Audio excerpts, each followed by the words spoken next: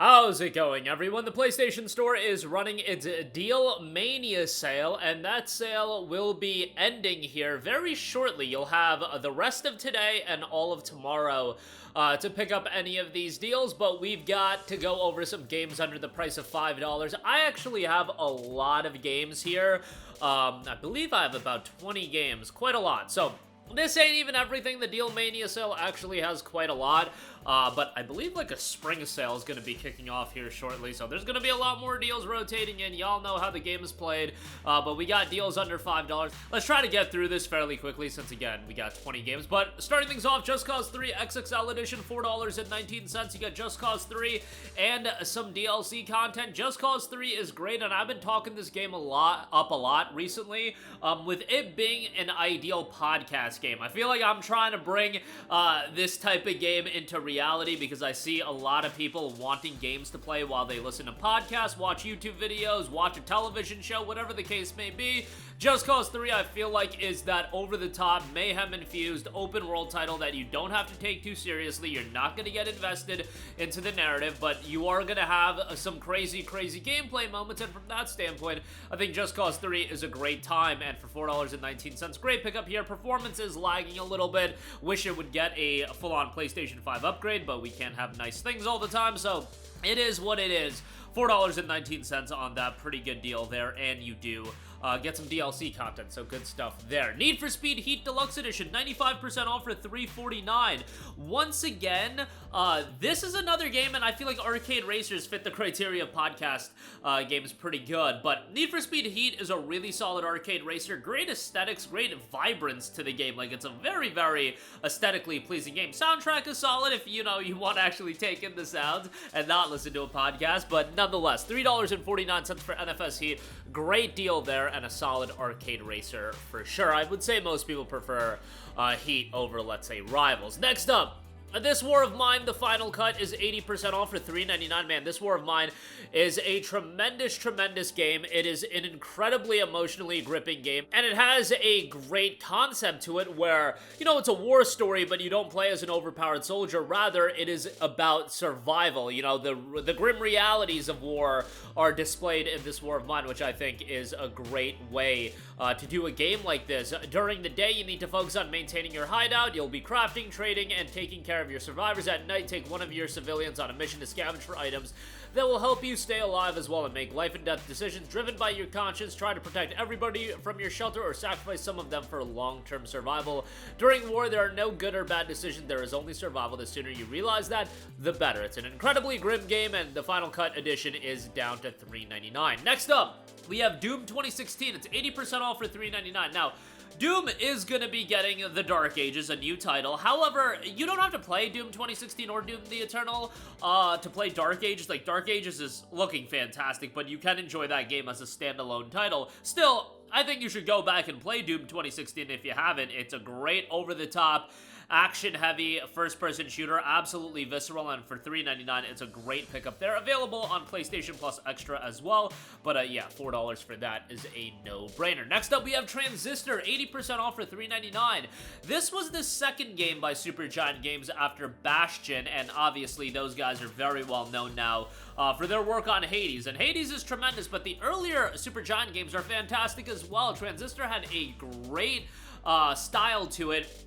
Awesome visual style, pretty cool gameplay mechanics, and a good story as well. $3.99, I think, for Transistor is a great pickup. I remember getting this game as like a PlayStation Plus Essential title, and we didn't have Extra and Premium back then. It was just a PS Plus title. Yeah, May of 2014, so north of a decade, coming up on 11 years since Transistor came out, but a solid game for $3.99. Dragon's Crown Pro, 80% off for $3.99.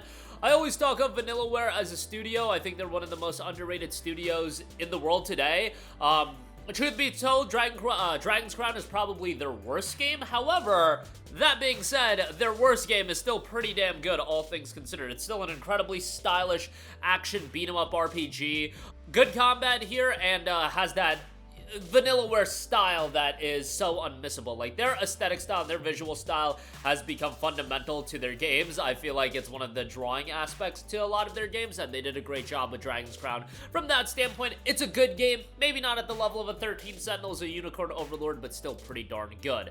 Shadow Tactics Blades of the Shogun, 90% off for $3.99. This was done by Mimimi Game Studios, who did Desperados 3, Shadow Gambit. They really found their footing with these tactics titles. Unfortunately, they are no longer developing games, you know, tough world in game development, but Shadow Tactics ended up being a really, really well done game in that Edo Japan period, which that alone drew me in. I love that setting, but then when you talk about it from a fundamental gameplay design standpoint, it's really, really well done, and for $3.99, a great pickup. Even if you're not crazy about tactics games, as long as you like the setting, I feel like you'll end up having a pretty good time with Shadow Tactics, and again, for $3.99, I think that's a pretty good shout.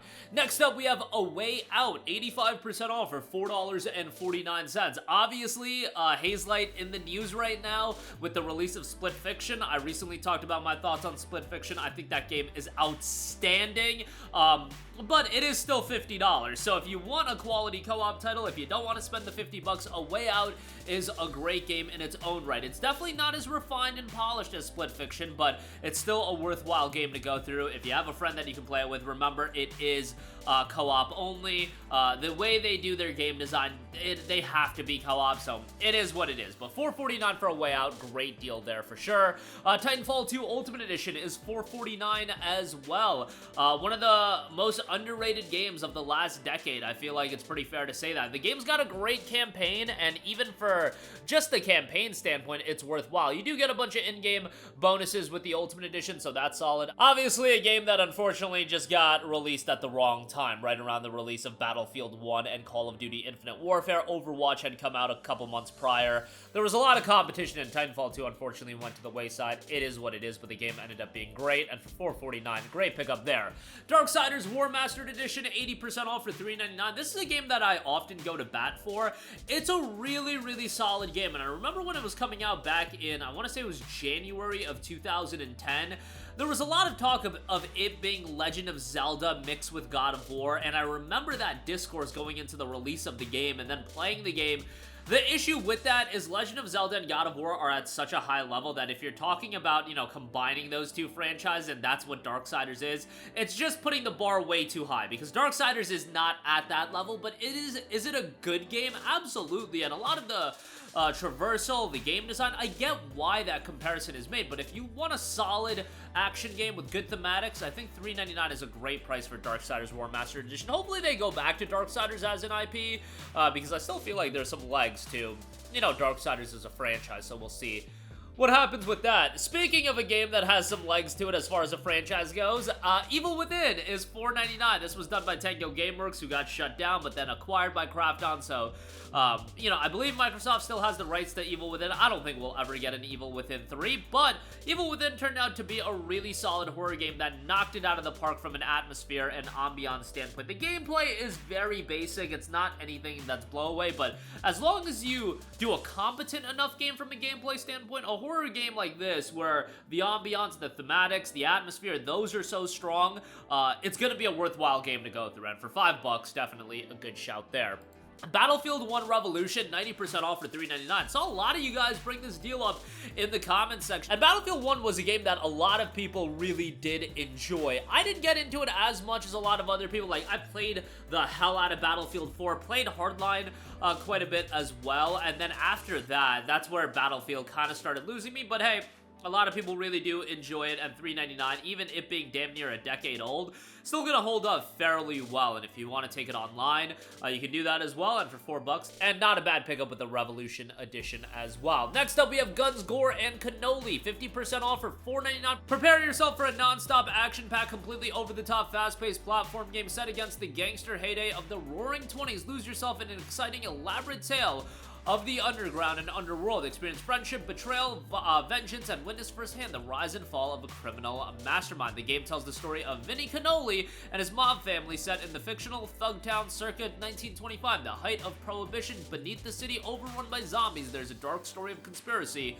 and betrayal as well. Expect action-packed gameplay, beautifully hand-drawn 2D graphics and animations, immersive world and period, and you've got 4-player local co-op as well. $4.99 for Guns, Gore, and Cannoli. Next up, we have Deliver Us the Moon, an atmospheric, more exploration-style game, a sci-fi thriller set in an apocalyptic future where Earth's natural resources are depleted. A lunar colony providing vital supply of energy has gone silent. A lone astronaut is sent to the moon on the critical mission to save humanity from extinction. Will you save mankind or be forgotten in the dark abyss of space?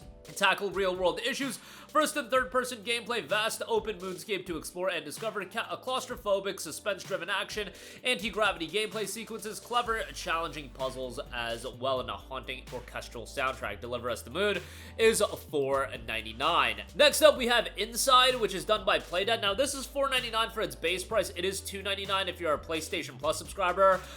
Same developers as Limbo, very much has that dark atmosphere going on for it. Incredibly engrossing game, very much on the shorter side, but that's fine for a game like this, and for $4.99 I think it's a pretty good pickup. At $3 it's a no-brainer, just an excellent buy.